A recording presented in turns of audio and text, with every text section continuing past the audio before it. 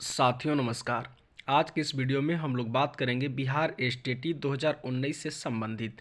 Friend, जैसा कि आप सभी लोग जान रहे हैं कि बिहार एसटीटी मेरिट और नॉट मेरिट पर लटका हुआ है, लेकिन आज हम बात करेंगे ऑल क्वालिफाइड की बात करेंगे। और आज के न्यूज़पेपर में एकदम कटाकट खुशखबरी न्यूज़ छपा हुआ है। उस न्यूज़ को हम सभी में शेयर करना चाहेंगे और बताएंगे कि उस न्यूज़पेपर में सभी क्वालिफाइड की बात कही गई है और कैसे सभी क्वालिफाइड जो है बहाल होंगे, उनकी बातें कही गई है। तो चलिए हम लोग आज के न्यूज़पेपर को देखते हैं। देखिए, यहाँ पे स्पष्टली लिखा गया है, एसटीटी अभ्यर्थियों ने बहाली प्रक्रिया पर उठाए सवाल।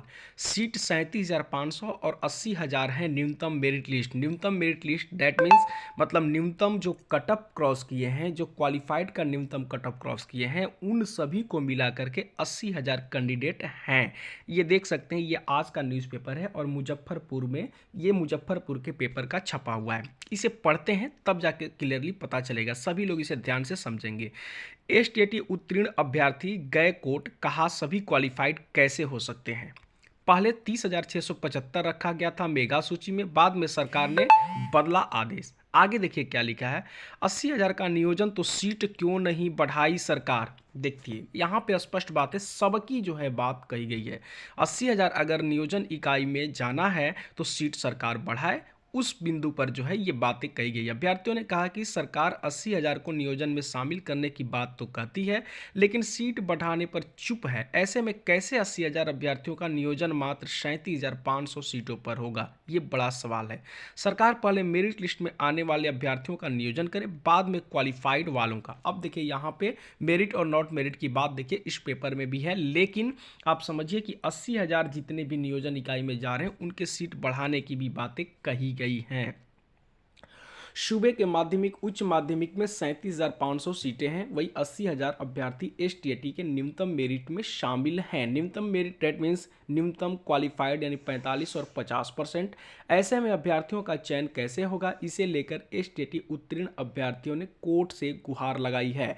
एसटीटी पास अभ्यर्थी ने कहा कि सभी क्वालिफाइड की श्रेणी में रखे गए तो बहाली आधार क्या होगा। यानी सभी लोग यही सोच रहे हैं, जो मेरिट वाले हैं वो यही सोच रहे हैं कि अगर सभी क्वालिफाइड को बहाली करनी है तो आखिर मेरिट या नॉट मेरिट या सभी ऑल क्वालिफाइड यानी जितने भी हैं सबकी जो है बहाली का आधार क्या होगा, वो सरकार स्पष्ट करे। अभ्यर्थियों ने कहा कि पहले 30,675 अभ्यर्थियों को मेरिट लिस्ट में रखा गया, बाद में सरकार ने अपने आदेश में बदलाव किया, सभी को क्वालिफाइड कर सूचित निकाली गई। अभ्यर्थियों के इस मामले पर 5 जनवरी को, अब देखिए यहां से आप समझ सकते हैं कि ये आज का ही पेपर है।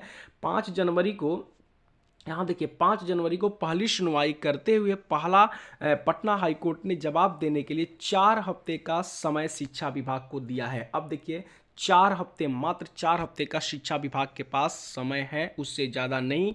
एसटीटी 19 की ऑनलाइन परीक्षा 9 सितंबर से 21 सितंबर 2020 के बीच बिहार के विभिन्न जिलों के 317 केंद्रों पर हुई थी। रिजल्ट 12 मार्च 2021 को जारी किया गया, जिसमें पेपर 1 में 16,068 अभ्यर्थियों को मेरिट में रखा गया और 8531 को पेपर 2 में। इसके बाद 3 विषय संस्कृत, विज्ञान, उर्दू की परीक्षा परिणाम 22 जून 2021 को प्रकाशित किया गया।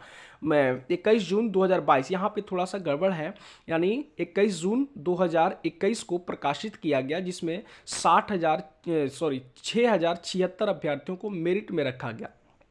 अभ्यर्थी नीरज कुमार, रोहित, संगीता समेत अन्य अभ्यर्थियों ने कहा कि कुल 80,000 अभ्यर्थियों ने न्यूनतम कटअप को पार किया। न्यूनतम कटअप डेट मीन्स 45% और 50% की बात कही गई है।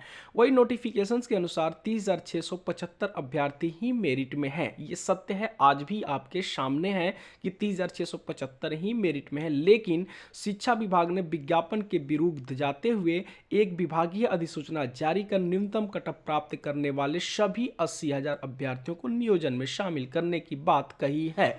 आप देख सकते हैं कि 80,000 को जो है नियोजन में शामिल करने की बात बोली जा रही है।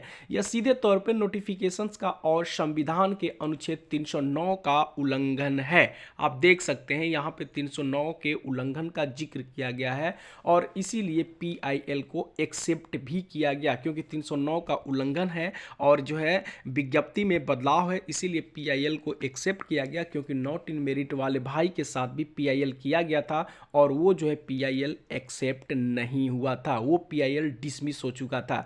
ऐसे में अभ्यर्थियों ने पटना हाईकोर्ट में जनहित याचिका दायर की है। याचिका की सुनवाई के क्रम में हाईकोर्ट ने शिक्षा विभाग से सवाल पूछा है कि नोटिफिकेशंस के साथ खिलवाड़ क्यों। आप देख लीजिए, बहुत सारे लोग कहते हैं कि केस की सुनवाई नहीं, हियरिंग नहीं हुई, और ये आपके सामने है। 4 सप्ताह का समय शिक्षा विभाग को कोर्ट में जवाबी हल्फनामा दायर करने को दिया है। केस की अगली सुनवाई 17 फरवरी को निर्धारित की गई है। यानी अब समझिए कि 17 फरवरी को कुछ ना कुछ जो है एसटीटी 2019 के लिए कुछ ना कुछ जरूर निकल करके आएगा। तो ये है सारी बातें जो आज के न्यूज़पेपर में जो छपी हुई हैं, और ये सत्य है, क्योंकि अगर 37,500 सीटें हैं तो 80,000 लोगों को कैसे जो है नियोजन इकाई में भेजा जा सकता है, कैसे 80,000 की बहाली होगी। ये तो वही है, ऊँट के मुंह में जीरा वाली बात हो जाएगी। तो फ्रेंड्स, ये पीआईएल जो किया गया है, इस पीआईएल से कुछ ना कुछ निकल करके आएगा और निश्चित तौर पर या तो सीट बढ़ेगी, या तो मेरिट वाली की बहाली होगी, या तो धीरे धीरे सीट बढ़ते जाएंगे और धीरे धीरे नॉट इन मेरिट वाले मेरिट में आते जाएंगे और उनकी भी बहाली सुनिश्चित होती जाएगी। तो अभी तक यही, फिर जैसे ही हमें न्यूज़ मिलेगा आप लोग को रूबरू कराते रहेंगे। धन्यवाद।